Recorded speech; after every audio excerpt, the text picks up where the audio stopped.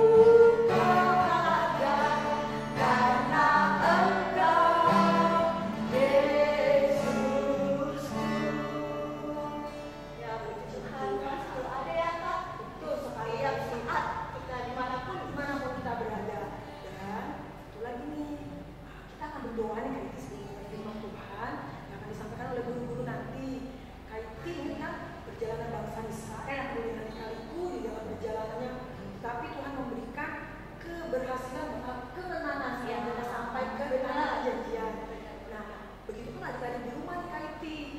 Bulan ini lagi pada mau ujian Kak Iti.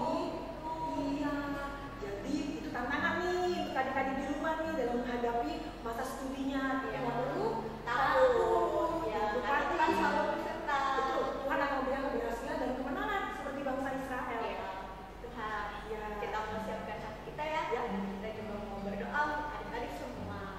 Nanti Kak Iti akan berdoa ya Kak Iti. Kita mau ujian apa Kak Iti? Ujian firman-Mu kita berikan kita.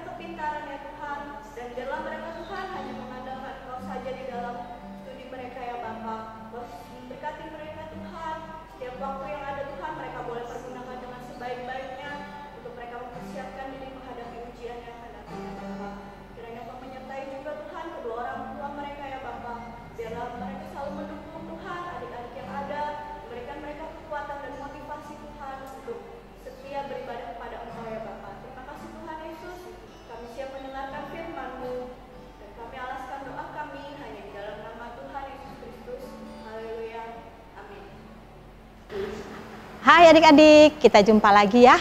Firman Tuhan, tadi kalian sudah memuji memuji Tuhan. Sekarang saatnya kita mau dengar firman Tuhan.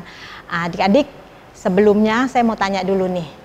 Siapa di sini yang kalau tidur masih takut kalau tidur sendirian?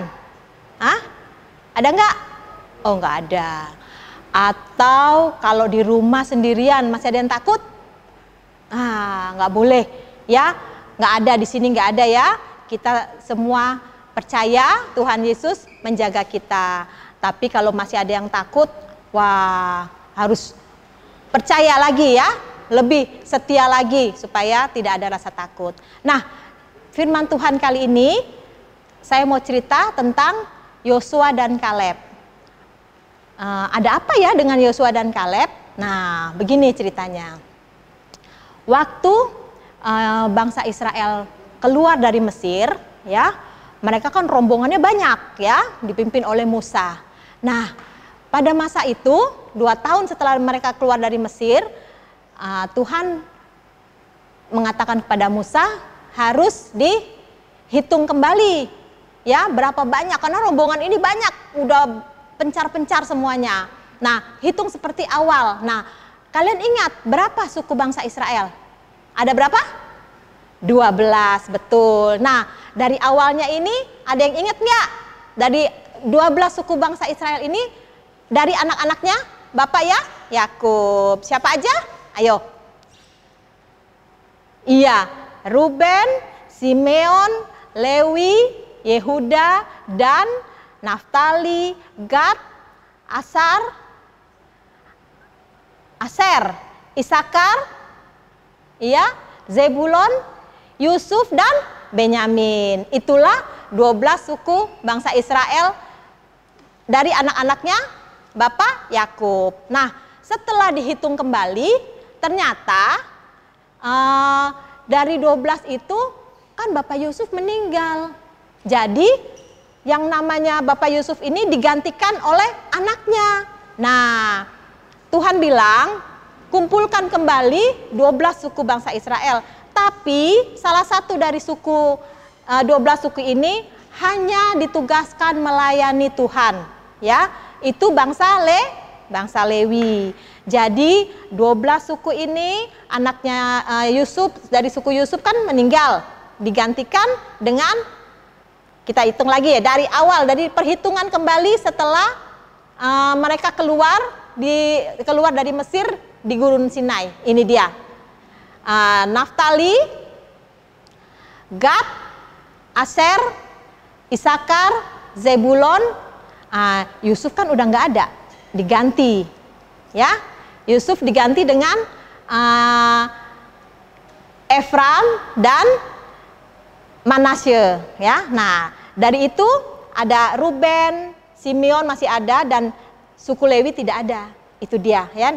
Ada di sini semua, nanti kalian lihat ya. Nah, berdasarkan itulah mereka melakukan perjalanan untuk menuju ke tanah Kanaan.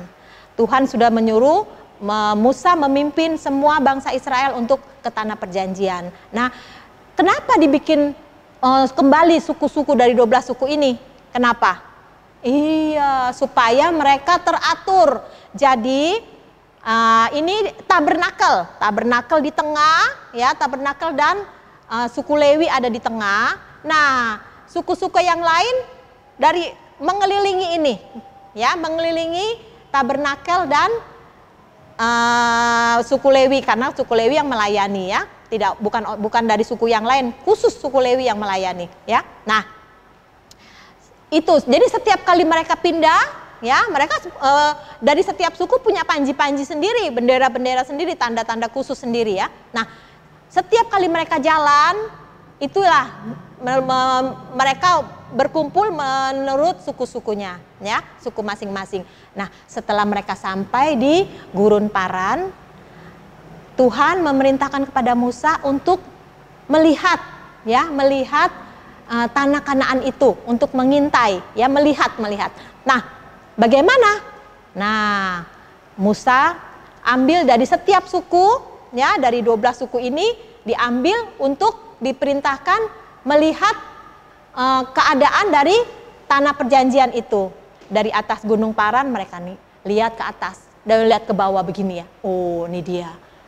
Oh, kata Musa, kalian perhatikan tanahnya subur apa enggak, terus orangnya bagaimana, terus keadaan di dalamnya bagaimana, apa mereka berkemah-kemah atau di rumah-rumah atau bagaimana, terus tanahnya subur apa enggak, terus orangnya, pokoknya semua harus dilihat. Nah, dari 12 orang pengintai ini, mereka sepakat kasih tahu ke Musa, bilang kalau mereka di tanah itu penuh dengan madu dan susu. Wah, pokoknya bagus. Tapi 10 orang ini ngomong ke orang-orang bangsa Israel semua, bilang gini, aduh di sana itu orangnya gede-gede, raksasa, dari orang enak namanya. Nah, sedangkan kita kecil-kecil kayak belalang, habis kita diinjek-injek bakalan sama mereka. Terus di sana tuh orangnya tuh makan orang, kata gitu. Aduh, jadi bangsa Israel takut lagi. Bangsa Israel bilang, tahu kan, bangsa Israel itu orangnya suka bersungut-sungut, tidak suka mengucap syukur. Tuhan udah pelihara mereka, tapi tetap aja salah melulu. Mereka marah kepada Musa. Musa, kalau begini caranya lebih baik kita kembali aja deh ke Mesir. Di sana kita ada makanan, ada semua. Lah di sini sama aja, kita mati juga. Masa kita ikut berperang, anak istri semua jadi tawanan. Musa bingung juga. Di situ Tuhan marah. Dengerin dulu, ada lagi nih si Kaleb sama Yosua. 10 orang bercerita tentang kebohongan yang mereka ceritakan. Tapi Yosua dan Kaleb ini tidak. Mereka bilang, salah. Yang mereka ngomong itu nggak kayak gitu. Di sana itu airnya banyak, tanahnya subur, tanamannya subur, macam-macam ada semua. Kalian mau apa semua ada. Itu tanah perjanjian, itu yang akan kita masuk di situ. Gimana sih? Itu katanya tanahnya nggak bagus, orangnya jahat-jahat. Enggak, percaya deh. Tuhan yang akan membawa kita semua ke tanah itu. Mereka tetap nggak mau percaya. Malah mereka marah kepada Yosua dan Kaleb. Mereka mau lemparin Musa sama Kaleb itu. Yosua dan Kaleb mau dilemparin. Akhirnya Tuhan marah. Tahu nggak apa yang mereka terima akibatnya kalau mereka tetap bersungut-sungut terus? Tuhan bilang, nanti dari bangsa Israel ini sekarang ini, ya, yang angkatan sekarang ini, yang umurnya 20 tahun ke atas itu tidak akan bisa masuk ke tanah perjanjian. Nah, jadi umur 20 tahun ke bawah itulah yang nanti akan masuk ke tanah perjanjian. Terus 10 orang yang bohong itu, 10 orang pengintai yang berbohong itu, mereka mati langsung. Tuhan kutuk mereka dengan tula, ya. Itu akibatnya Tuhan marah kepada mereka.